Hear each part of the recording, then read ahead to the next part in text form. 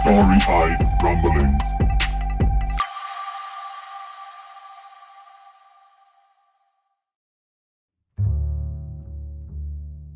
I like Vesp.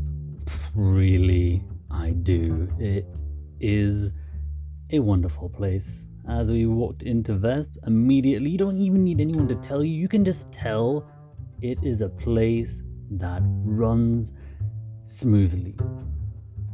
Everybody's walking on the left-hand side of the road.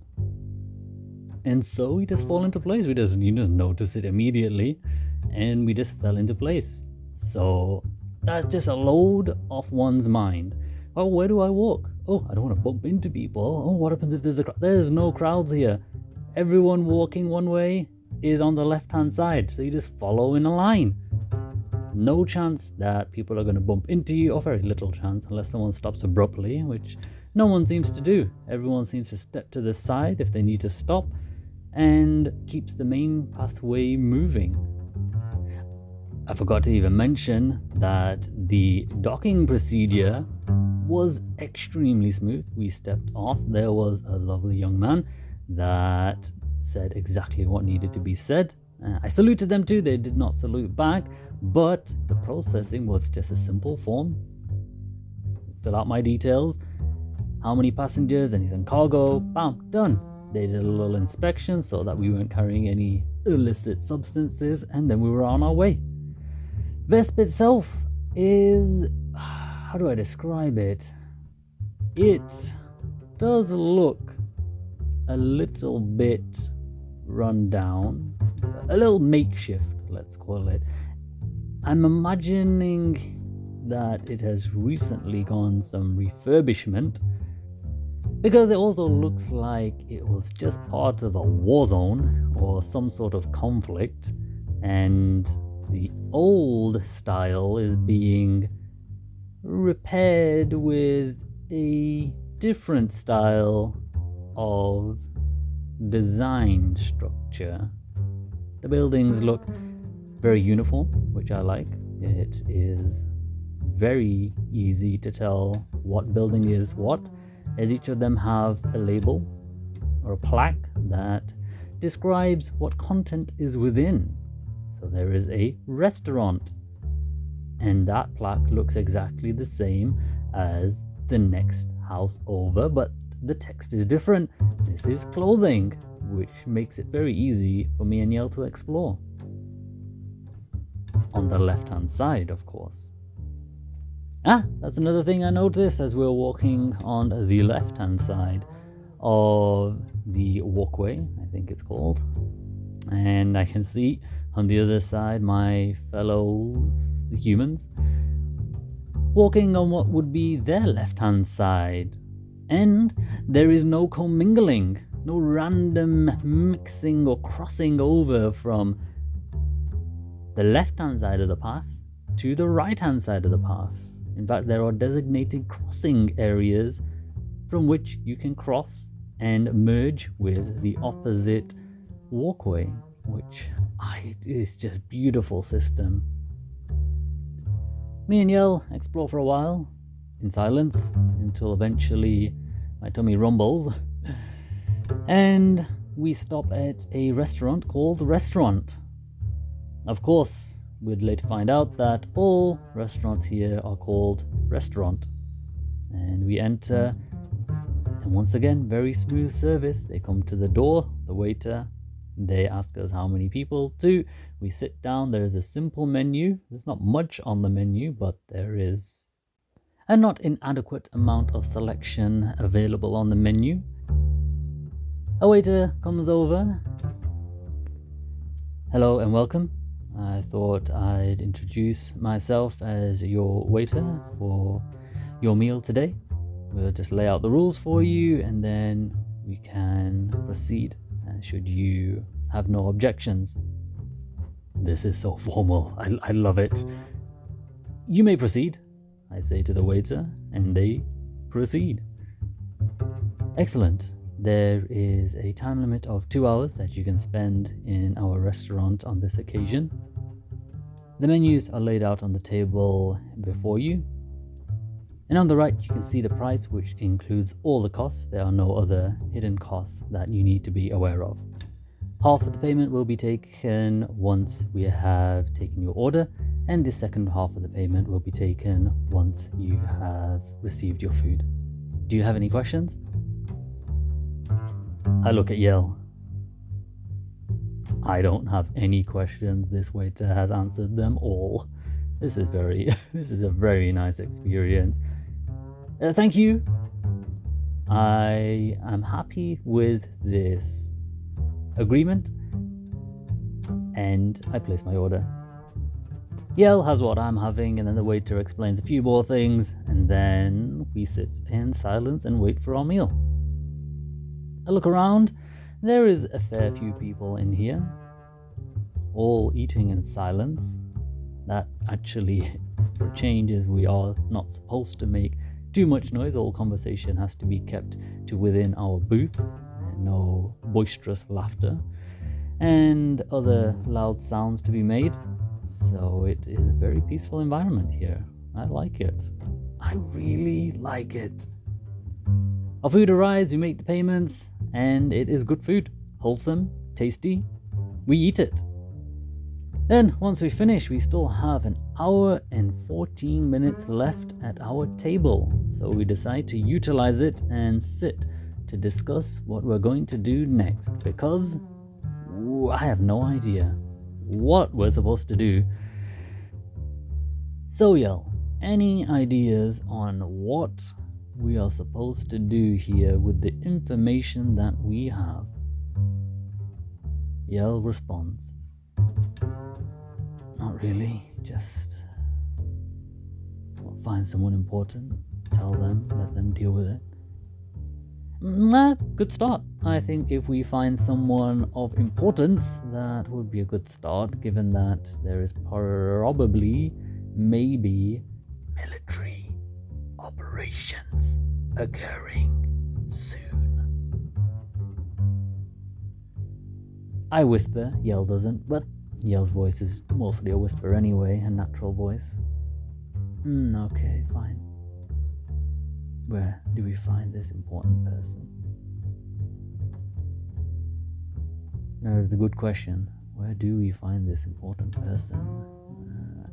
Good news is every building is labeled. I think if we walk out of here and just stroll about, hopefully we'll find a building that says government department, offices, town hall, administration, something like that. We'll keep a lookout for something like that, and then we will see if we're allowed to enter. Yell agrees with a nod, although it might just be a head drooping to her chest. I think she might have fallen asleep. Anyway, I sit for the remainder of the hour in silence. I feel like this trip should have been more exciting. I do feel a little bit lost. Not entirely sure. I had so much beans. When we left, you must have said, I thought this is it. We're going to land in Vesp and everything is going to be crazy, wild. And it's going to be one thing to the next. Although I'm drawing a blank. Not going to lie. I don't know how to approach our current situation, how to resolve it, if it needs resolving. So, it's not gonna lie, it's actually quite nice to have another 25 minutes left to use in our time here in the restaurant, because I wouldn't say it scares me to go outside, it just means that I have to do something once we get outside, and I don't know what that thing is.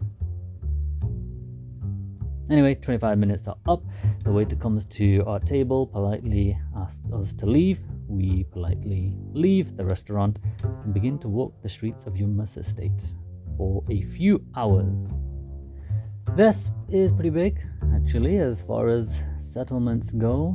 I don't know if I would say it's quite as big as Yummas Estate, though. Definitely not as nice as Yummas Estate or as high tech. It seems a little bit more grounded. Buildings not floating in space and all. But we do not see any plaques that say office or government. And given that I am socially inept, or at least with social interactions, we do not ask for directions. Though I tell myself every time we pass someone, we should, but no one talks outside. Very few people you see chatting to each other. People talk to the people that they're walking with, but no one seems to interrupt each other, which I like for the most part. But right now, when I want to try and get some information, is quite daunting to break that possibly unspoken rule.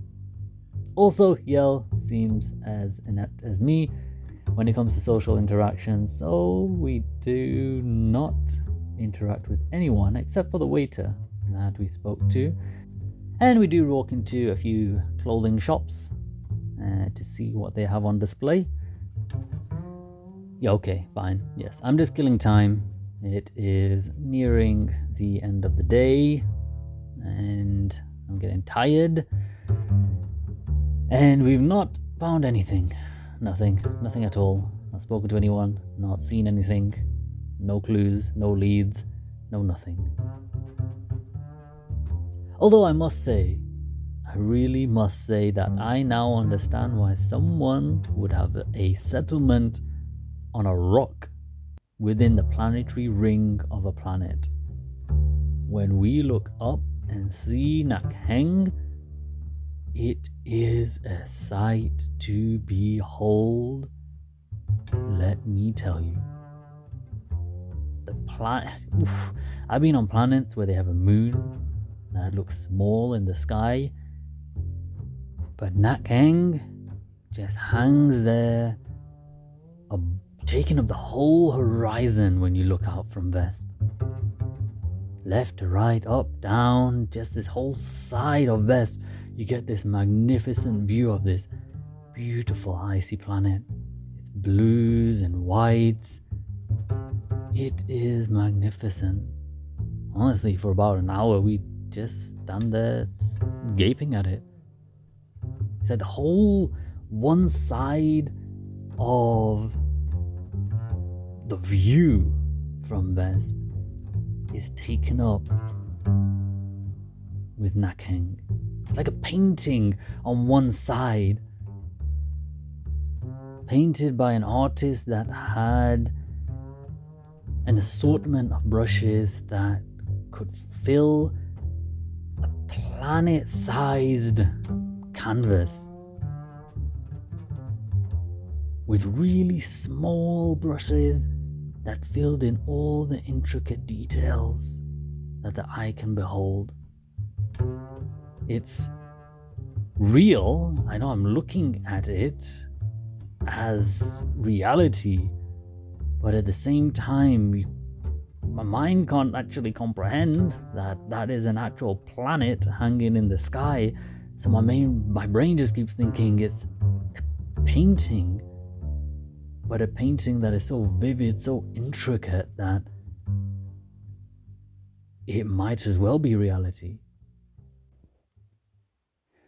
I think I mentioned this, but I do like Vesp.